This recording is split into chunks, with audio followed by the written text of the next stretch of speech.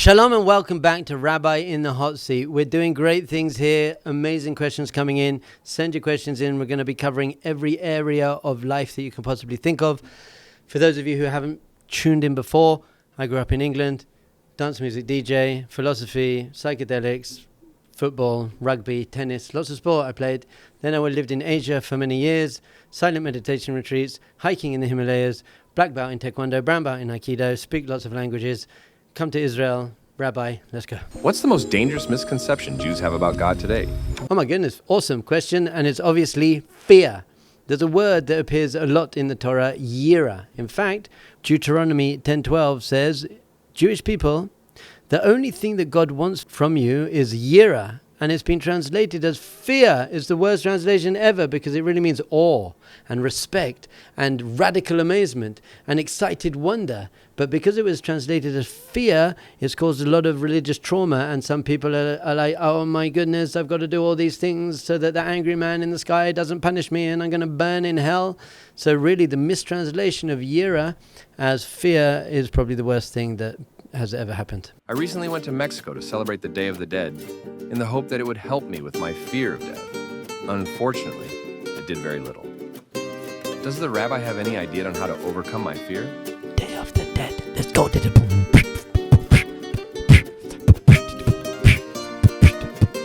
Day of the Dead. Yes, Judaism doesn't believe in death because you're a soul. You're a consciousness which is full of love and light and joy. You're a finite expression of infinite consciousness, and souls don't die, so you will never die. Baruch Hashem. What you might be referring to is the death of the body, which is a temporary vehicle that your soul is in whilst it's in this world. And that could be scary if you believe that the body is you, if that's your identity, because death would then mean the end of you, and that's quite scary. So if you understand that really you're a soul and that everyone ends up in a good, holy place as long as they're generally kind and nice and helpful and impact the world in a healthy way, then there's nothing to be afraid of because there is no death. So you got to understand that fear of death is I'm afraid that I'm not going to exist anymore. And I'm just explaining to you that you will still exist. So then maybe your fear of death is I'm fear of what happens after the death of the body. Maybe there's hell, maybe there's punishment. So even that you don't be afraid of, because once again, if you're a basically nice person, you're going to end up in a good place. But even the little piece of painful consequences, we spoke about this in a previous thing about what hell is in Judaism, even that is for your benefit because it's preparing you and cleansing you to then have an eternity of God-conscious bliss, sweetness. So that might be not a fair answer because you're like, okay, so you've given me a rational answer, but I still have a fear. How do we deal with fear? So in general, it's being able to speak to yourself very gently and calm yourself down, maybe smelling lavender oil, or listening to soft music and sending yourself a positive message. For example, I'm not afraid of death, or I'm sure it's going to be okay after death, or I'm going to continue my existence forever. Whatever you can find a positive affirmation, that will hopefully calm your fear down. So I've given you really two answers. One is a spiritual answer and a rational answer why you shouldn't be afraid of death. And the other one is being real with the fact that that doesn't always work. So I've given you a physical answer, which is lavender oil and calm music, and a positive statement in order to calm your fear down. Why does Judaism push so much for us to do things for the world to come? What's wrong with doing things for the now and the present? That's a lovely question. I think it's a mistake though, because Pirkei Avot says that you shouldn't do things for the world to come. You shouldn't serve your master for any reward or punishment. Although that does seem to be a theme, we say no, you have to be very, very present in this world. Be here and now, improve yourself, improve your world, do your mitzvahs and your prayer and your meditation with intention to connect to God and be spiritual in this world. And as long as you're living in this world in a healthy way, then the world to come will take care of itself. So really, it does sometimes seem like we speak about the world to come because we do believe that that's the ultimate real existence. But most of our sages say that we shouldn't concentrate at all on what's going to happen, and we should really be as present as we can now, and then I'm sure things will be okay later. How do I connect with my teenage son? He is constantly distracted. Oh, that's a great question. I think in general, you'd have to do things that he enjoys. What's he distracted by? So if he's distracted by watching sport, maybe you can just watch some sport with him and just be nice. If he's always like playing football, go and throw a ball with him. Try and relate to him on his level. Because and I'm not saying anything bad about your parenting, but if you were a father that was invested in your son and he felt that you really cared about him and you were there for his needs, he'd want to spend time with you. So I think many parents feel that their children are there to give them nachas, to give them pride, but that's not true. You're there to provide your children with what they need, and what a child really needs is a loving and present father, but someone who can really be on their level, not pushing my agenda and my values onto my kids, but really trying to meet them where they are so that they want to spend time with me. Is the role of education the teacher's responsibility or the parent's responsibility? I think it's joint, but 80% the parents' responsibility, because firstly the parents are creating the atmosphere in the home. So you want to have an atmosphere of love and joy and affection there. In my house we have lots of music, and I wrestle with the kids and I help them with their homework, and it's a really joyful atmosphere to be in. But yes, we hope to send them to schools where they also get the same messages and the same kindness. The truth is though, we can't rely on that. So as long as the kids feel safe coming home, even if God forbid they're bullied in school, which we should go and talk to the teachers about, even if they're bullied in school, if they know that they're going to come home from school to a completely unconditionally loving, healthy environment, it helps them a lot to be able to deal with that. It also helps them with their self-esteem. They also see how you act and behave, how I treat my wife, how I deal with problems in my life. So generally in school, they're teaching you subjects, and that's very important, but at home you're teaching them life, and you're a mentor and you're a role model. So definitely the role of the parent is much more important than the role of the school and the teachers. I can't find my purpose in life. I don't know which direction I should be taking. How do I find my purpose? That's a great question. I just want to separate between your purpose and your mission, your tachlit and your tafkid. Every single person on the face of the planet has the same purpose in life, and that means to become great.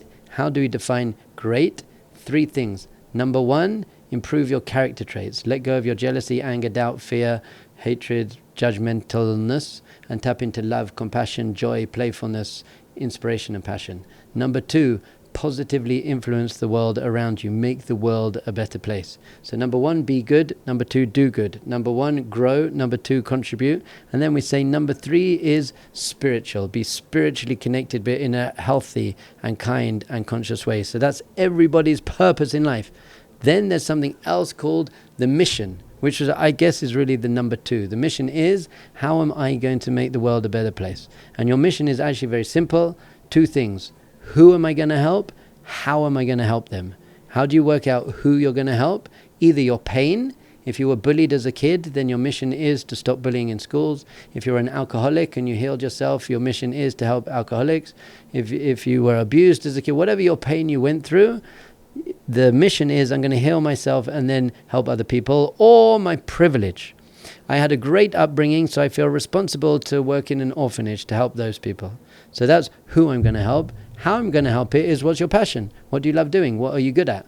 So if you love hiking and you were bullied in school, set up an organization that takes kids who are being bullied on 3-week adventure wilderness trips where they learn self-confidence and martial arts. If you were abused as a kid and you love art, then become an art therapist. So do what you love doing to help the people that you relate to. We have so much divisiveness within Judaism. Why can't we all just be Jewish? Why do we need so many sects within our religion? I know. This is probably my most upsetting thing ever. And the reason we have so much divisiveness is that in general people are judgmental and challenged by other people. It makes me feel uncomfortable with my path, that there are other paths out there. So the key to this is to be so comfortable with your path that you don't feel the need to put other people down and other paths down.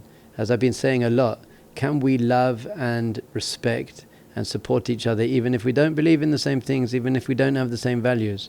So we really said that there's a difference between the religion and the Jewish people. They're a family of Jews and the religion has become splintered. Only in the last 250 years, by the way. Before that, it was basically everyone was an Orthodox Jew. 250 years ago, there were different cults, sects, different parts of Judaism. So that is definitely a challenge. But if we can learn to love and respect each other, then we should be able to get on as a family and look at what we have in common, what our values are: be good, do good, bring goodness into the world.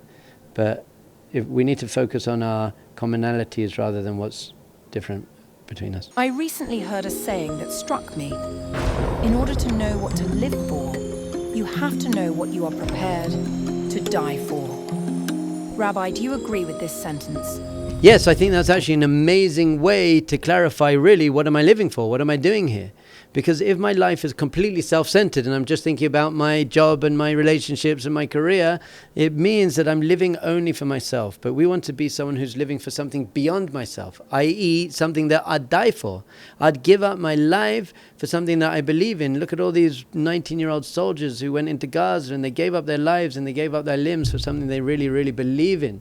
So Rav Noach Weinberg Zatzal, who set up Aish, he used to say to us, what would you guys die for? And it's amazing to die a hero's death, but it's even greater to live a hero's life, and it's harder to live a hero's life. So if there's nothing you'd really die for, it means that you're not really living for anything beyond yourself. So even I die for my family, I die for my beliefs, I die for something.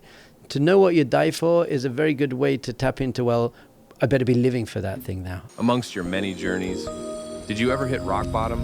And if so, how did you get out of it? Yes, probably when I was about 19, 20, 21. I was in university, struggling with what university kids are struggling with, relationships and sense of self. And I felt for me that was rock bottom. And how did I deal with it? That's actually what started my spiritual journey. I was like, I can't be a victim to my external world anymore. So I started watching Bruce Lee films and I said, I'm going to become a master.